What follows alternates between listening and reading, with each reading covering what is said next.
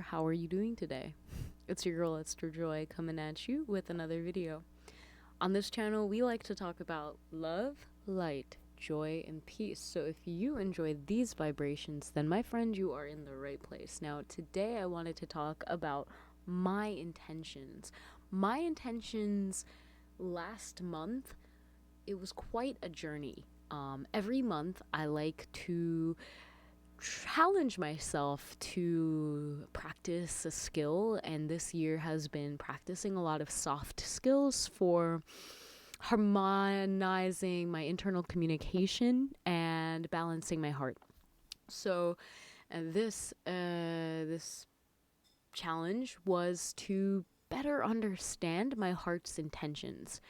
And it was something that I wasn't even really sure what that meant when I first created that goal. I was kind of like, that's interesting. I'm not really sure what that means and how that looks. So this was a journey. And I first immediately had to meditate on, hey, what is my heart intending to do with this challenge this month, with this monthly challenge of better understanding my heart's intentions. And of course, internally, as I was meditating, I was thinking, maybe I'll practice also understanding other people's heart's intentions. And I shared this with my mom, and she kind of was like, yo, you can't understand somebody else's heart's intentions. You just can't. You don't have their heart. I beg to disagree, because I feel like the vibrations of the heart are pretty strong and felt probably like the most easiest. But with that being said, it's not like I can ever confirm these intentions unless I, of course, asked. So that was really interesting. There's definitely something I learned. I can't really know somebody's heart's intentions for sure, unless I ask them. So that was pretty cool. And yeah, I'll share a couple more. We'll just, and I feel like one of the main challenges of practicing this awareness within my heart. Well, first off, I think some background is that I didn't feel like I was really being true to myself. And so this challenge of am I faking it, or is this actually working? Am I actually listening to my heart? And really it wasn't the goal wasn't to please my heart. It wasn't to fill it with joy per se. It was really just to observe and to understand, why do I do certain things? Where is that coming from? And very much my heart really started to take the shape of a garden. I was able to identify emotions more precisely, I would say. And I would see where they're stemming from, what ideas, what seeds were dropped onto the soil in the space of my heart, and what it was doing, whether it was a thorny emotion that was full of anger and spite, and it was making it hard to remove just because of the sheer thorns and strangling nature of this kind of thorny vine. So that was one thing. And through that, it was a lot of compassion. Compassion really helped, and I could feel it in my heart. So a lot of you may know that the Light Resonance portal is currently open, and it is a soul support group me and my soul sister Aria have co-created with the intention to better learn how to yield and master the gifts of our soul. So really mastering soul expression here on earth. And we use the medium light language to have conversations with these aspects of our soul, and to better understand the expression that they are taking on, and to kind of put sound to the the energy, the feeling, the unseen, to better work with it and bring it into the conscious realm. So really taking the darkness, the unknown, and bringing it into the light. And that's what light language is all about. And there's so many ways, and it's not just words, but that's brought up a lot. It's brought a lot up energetically. It's so divinely aligned, and I totally want to invite you right now to check the link in bio, because we have the portal. It's open at any time if you feel led to focus on a specific energy center, or you want to focus on like the lower 3 or the higher 3, or you just want to learn more. We have like a free webinar, Light Language 101. All of that is in the link below, the Light Resonance portal. But anyways, we were doing a meditation, and we were kind of channeling, and there was a lot going on. And so what I really love about this month and this challenge of like understanding my heart's intentions more, it made life flow that much more smoothly. In the moments where I was feeling really upset and aggravated, and I was able to identify the energies that were present, I was able to give space, and it almost acted as a buffer so that I did not project it onto other people. But I could take that energy and say, hey, that's a thorn, and I don't want to spread thorny seeds.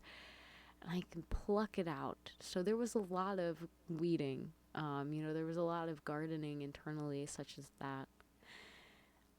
I think one of the main things I noticed was this whole experience brought up a lot of suppressed emotion that I just never thought to bring awareness to, never thought to check on. And it really made me dive deeper into my purpose here on earth and what these emotions are doing there, because all of these emotions are taking up space in this field, which I'm calling a garden. And eventually they're almost like these ideas, or these thoughts are like floating words, or known as seeds, and each seed can kind of float down, and as you receive it into your heart, it becomes the formula for the intention, what your heart is directing its forces towards, what it's attracting, pretty much. So it started off pretty strong. The first couple of days of the month, I was like very intentional with my time and energy. And I think that's good. A big part of it was just programming and setting new programs on the heart to cultivate it. Really, cultivation was the name of the game. But before I could cultivate, I had to see what was there. And so I think a lot of dark stuff was brought up. And now is, the season to do the inner work, the shadow work, for sure. Yeah. So I just wanted to share that bit. All right. So last part, my friend. If you feel like this is scattered, that's because it is. Thank you, Good Viber, for sticking around till this point. Okay. Man, intentions are tricky. Intentions are tricky because it's kind of like when you say, I intend to create beautiful art. You're declaring to the world and setting some kind of energetic structure within your mind that is directing energy and prioritizing this thing that you are intending for. It's like setting up the channel for the energy to flow. Oh, but that doesn't mean that it will flow if you do not allow it to go in that direction. So there's this part of actually doing the work. And I've been brought to awareness, and I think it's just like by me setting this intention and challenging myself to be aware of my heart's intention, the guides have been very clear. The channels have been opening up. The inspiration and the synchronicity, the connection I feel within my being is on a different level. I feel grounded, and I don't feel grounded because of anything, Of course, source is there, and I feel more grounded in this presence, that the things that my heart is intending are for a purpose. And so even the emotions, whether they be positive or negative, has given me an immense sense of peace, because it's kind of like easing me into, it's okay if you make a mistake. It's a learning experience, and you can admit that mistakes happen and you will grow from them. It's okay to have an intention that you feel like is not 100%, because sometimes, you're not at 100%, and you can acknowledge that. I realize that the intentions within my heart, these are just the little tugs in my heartstring, the little things that I want to make space for. It was so tied to my emotions. So tied to my emotions. And I was able to kind of observe a lot more of the feeling without getting so tied into it. I think lately there's been a lot of change in my life, and I had been struggling for a couple of days to handle it all. And during that time, the feeling of frustration really grew. It really, really, really hurt to feel so full of things that I could not control, and my intention was on them. It didn't make any sense. And so when I realized that my heart, quite literally, like that inner child, was like, I just want everything to be okay. And sure, the tantrums and the energy that it was displaying, when I looked and saw that the heart's intention was just to make the boundaries be known because I'm scared of being hurt, I think that really helped take me out of this stuck energy that I had been recently feeling, and move through it by listening to my heart, because that's really all that it is. I could feel a release of so much anger, jealousy, resentment, greed, like any kind of negative feeling that popped up for even a second. I'm able to see that in that second. And I'm able to take that seed and flick it, put it in the fire, compost. And that's been the biggest lesson. That's been the biggest learning spot for this past month. I feel so much more grounded in my heart space. And setting boundaries has been quite interesting. Being able to hold my emotions in a gentle but firm way, where I don't feel afraid to make mistakes, but I also I feel encouraged, like I can succeed. And it's weird. Fam, I've been feeling so many emotions lately, and I think, again, like I've opened the floodgates, and perhaps my body and my being is just like, it's locked in to this sense of, okay, find peace in every moment. This is an absolute necessity. And as you sit in this peaceful energy, as you see the ripples of creation just drifting, you can come back to center. You may not be able to control the ripples, but you can influence the ripples. And so in the same way, I'm seeing that I cannot control always my heart's intentions, as funny as that sounds. It's more like I observe the garden. I cannot control how the garden will, how it grows per se. Each plant is going to grow in its own divinely orchestrated way, but I can cultivate this space. And so I see the intentions of my heart. Sometimes they seem sporadic and impulsive, and they don't make sense. And it can be frustrating and confusing sometimes. And I use that word kind of lightly and gingerly because deep inside it's not. And deep in your heart,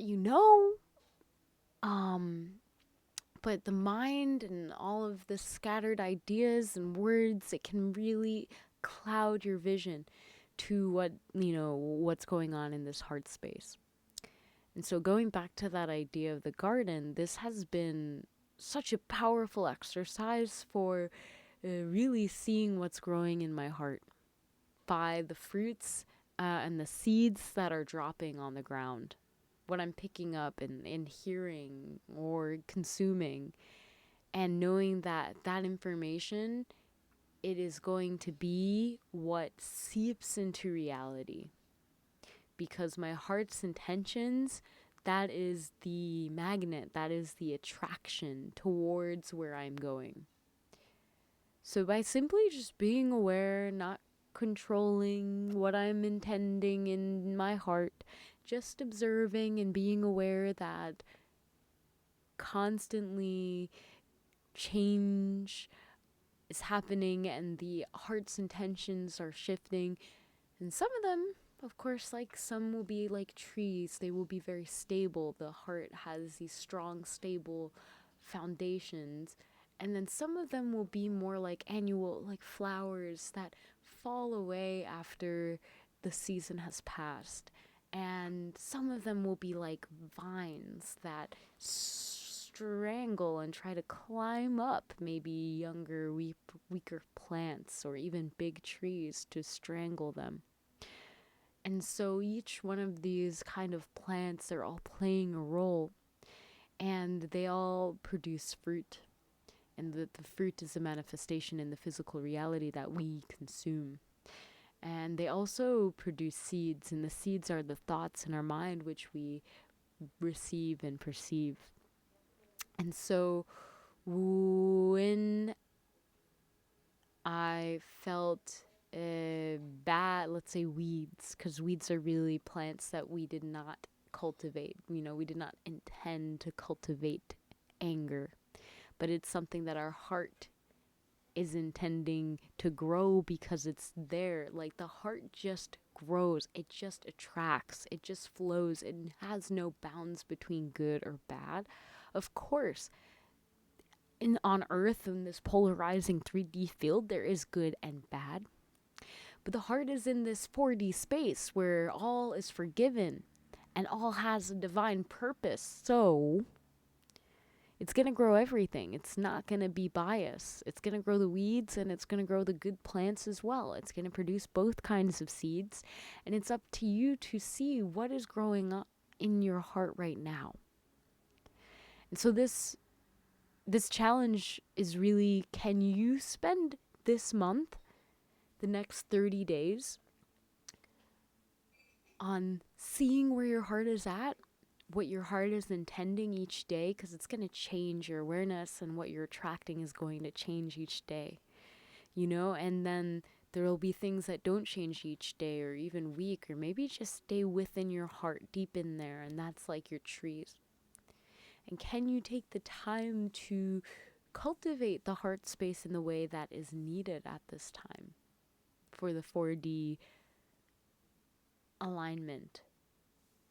What I'm feeling very strongly is that many souls are ready to cultivate their heart space more, because it is an important spot, because it is going to make the synchronicities in life that much efficient, optimal. And nobody can do this for you. Nobody can know your heart's intentions. Like my mom said, I can't do it for you. I don't know your intentions. And a lot of the times I do notice, like humans, we look outside of ourselves for this answer. I'm telling you, I challenge you to this month to understand your own heart's intentions. And you will find a whole garden to be explored, and so many different emotions that have been cultivated for you to discover. Like, you felt them, but have you acknowledged them? Have you thought about where is that coming from? What seeds were planted for this to be in my heart? What did somebody say that stuck with me? And I'm finding this to be a beautiful way to really explore the soul's mission. So, yeah. Wow. Heart to heart right there. But yeah, thank you so much for watching. Again, if you're interested in learning more about the heart, that's actually going to be coming out very soon in the Light Resonance portal. So definitely check the link below so that you will know. Yeah, check it out. It might already be there. If you want to open and enter the heart portal, you totally can. Yeah,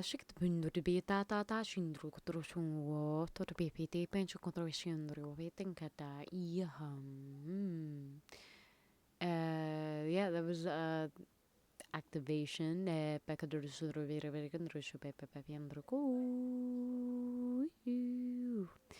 I know some are like, what are you doing? That's light language, how it is expressed for me. And there's a specific like Egyptian soul that's coming up.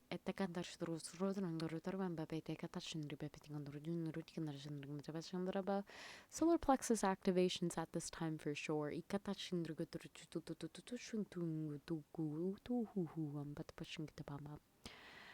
Yeah, that urging for the more you can understand the nature of your heart, the more powerful as a vessel you will become, because your capacity to receive the source and really your soul's divine higher self being energy, it will increase as you understand the nature of your heart. And as you continue to bring awareness to the heart space, it continues to grow, because where attention goes, energy flows.